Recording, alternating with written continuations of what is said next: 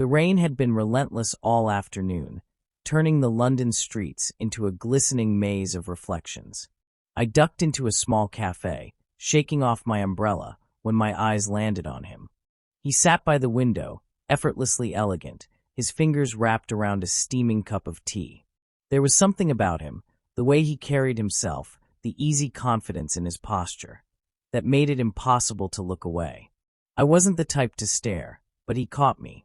A smirk curved his lips as his deep blue eyes locked onto mine. Embarrassed, I quickly turned away, pretending to be absorbed in the menu, though I could feel his gaze lingering. "Cold day, isn't it?" A voice, smooth and rich with a British accent, broke through my thoughts. I glanced up.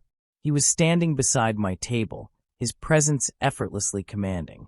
"It is," I replied, forcing a polite smile. "But I suppose that's London for you." He chuckled, setting his cup down on my table without invitation. "Mind if I sit?" Everything in me knew I should say no. But something else, a curiosity, an inexplicable pull, made me nod. "I'm James," he introduced himself, his smile disarming. I hesitated before replying. "Emma." "Emma," he repeated, as if testing how my name felt on his tongue. "Lovely name." I felt warmth creep up my neck. "Thanks." The conversation flowed effortlessly, as though we'd known each other for years. He spoke with an easy charm, slipping between dry wit and genuine intrigue. I learned he worked in finance, but had a passion for literature, often escaping into books when the corporate world became too dull. He spoke of his travels, his love for the quiet streets of Paris, the hidden corners of Rome. And then he turned the conversation to me. "What about you?" he asked, leaning in slightly. "What's your story, Emma?" It had been a long time since someone had asked me that, and actually seemed to care about the answer. I told him about my work, my love for writing, the way London still felt new even after all these years. He listened, not just politely, but with genuine attention, like my words meant something. Minutes turned to hours. The rain outside had eased, but neither of us seemed in a hurry to leave. "Strange," he mused, tapping his fingers against the table. "I walked in here alone, expecting nothing more than a cup of tea. And yet, here I am, completely captivated." My heart stuttered. Was this real? Or was he simply the kind of man who always knew the right thing to say? Before I could respond, his phone buzzed. A flicker of something, hesitation, discomfort, crossed his face as he glanced at the screen. He quickly silenced it, his smile returning, but the moment had shifted. "I'd like to see you again, Emma." His voice was warm, sincere. I should have been cautious. But against all logic, I found myself nodding. As I stepped out into the damp evening air, my heart pounded. Something told me I was about to fall, hard. James was unlike anyone I had ever met. His presence was intoxicating. Every word, every glance, every touch felt deliberate, as if he were weaving a story only we could understand. And I was hopelessly drawn in. Our first official date was nothing extravagant. Just a quiet dinner at a tucked-away restaurant he claimed had the best steak in London. But the way he looked at me across the candlelit table, as if I were the most fascinating person in the room, made it unforgettable. He listened with an intensity that made me feel seen. He laughed at my jokes, even the terrible ones, and when he spoke, his voice carried a warmth that melted away my reservations.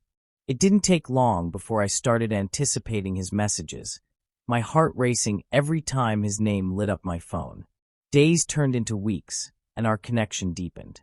He introduced me to his favorite books, quoting lines from classic literature that made my stomach flutter.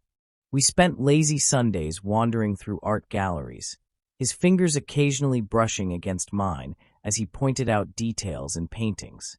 He had a way of making everything feel romantic. Every stolen glance, every casual touch, every whispered conversation.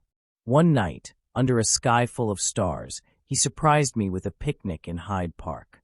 "I wanted to do something different," he said, handing me a glass of wine.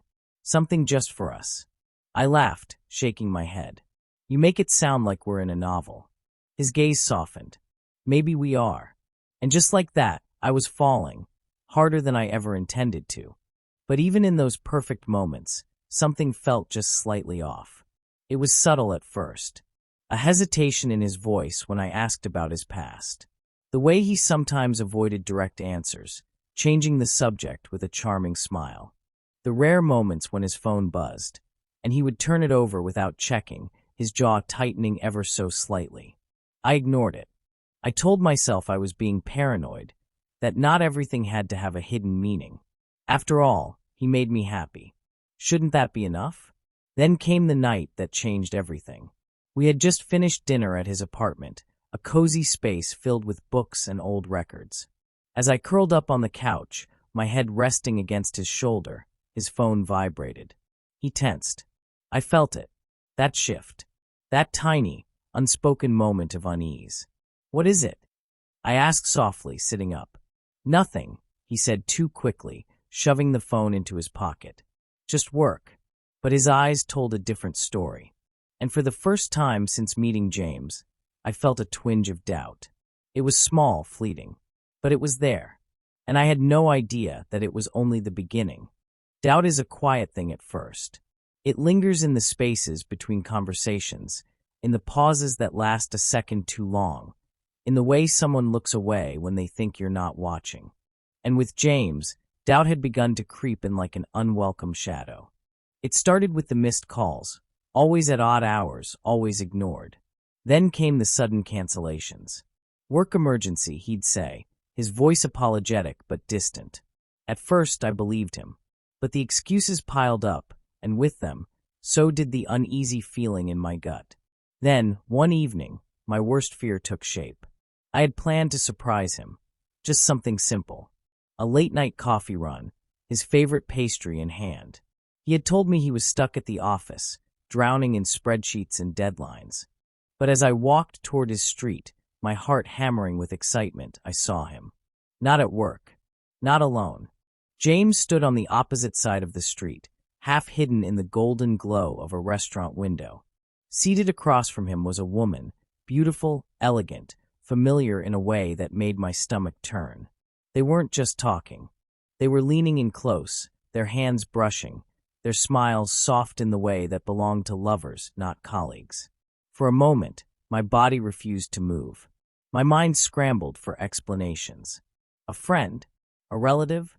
But the way he looked at her, the way his fingers traced the rim of his glass as she whispered something in his ear, shattered every excuse I wanted to believe. I forced myself forward, each step heavier than the last, until I stood just outside the restaurant. The moment he looked up and saw me, his face paled. He knew. For a second, neither of us moved. Then slowly he stood, his chair scraping against the floor. Emma. I turned and walked away. He followed. Emma, please. Let me explain. I stopped in the middle of the street, the sounds of the city blurring around us. Who is she? My voice was steady, but my chest ached, my hands shaking. He hesitated. That was all I needed. I let out a hollow laugh. You can't even say it, can you? His jaw clenched, his hands raking through his hair. It's complicated. I stepped back, a bitter taste rising in my throat. Complicated. The word felt sharp on my tongue. You made me believe, my voice broke. I swallowed hard. You lied. He reached for me, but I recoiled. Emma, I never wanted to hurt you, he said, his voice raw. I swear. But the damage was already done. I turned and walked away, ignoring the way my chest burned, ignoring the way his voice cracked as he called my name. I had fallen for him completely. And now, I had to learn how to forget him. Heartbreak lingers in strange ways. It's in the quiet moments when you reach for a hand that isn't there. In the scent of his cologne that still clings to your jacket. In the weight of unsaid words, heavy in the spaces where love used to live. For days, I let myself feel it. The betrayal, the sadness, the unbearable ache of knowing that James had never truly been mine. I replayed our moments together, his laughter, his touch, the way he made me feel like the only person in the world. And then, just as quickly, I forced myself to remember the way his face had fallen that night, how he had hesitated when I asked the one question that mattered. Who was she? He had never answered. And that silence told me everything. James tried to reach out. Messages that started as apologies and turned into desperate attempts for closure. Calls that went unanswered. A letter slipped beneath my door that I never had the courage to open. But what words could possibly undo what had already been done? So I let him go.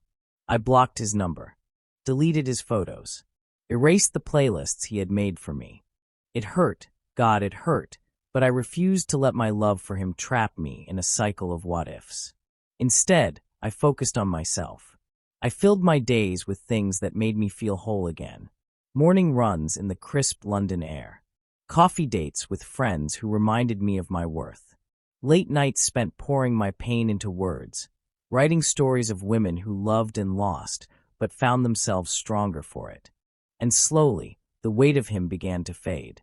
One evening, as I sat by the river, watching the city lights dance on the water, I realized something. I no longer felt like I was waiting for him to call, waiting for an explanation, waiting for the version of James the first had fallen for to somehow return. He was gone, and maybe in some ways he had never truly been real. But I was. My love, my heart, my ability to feel so deeply, it had all been real. And I refused to let his betrayal define me. As I stood to leave, my phone buzzed. Not James. Someone new. A friend inviting me out. A chance to laugh, to live, to step forward instead of lingering in the past. For the first time in weeks, I smiled.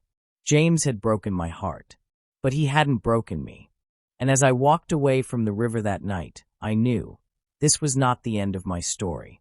It was only the beginning.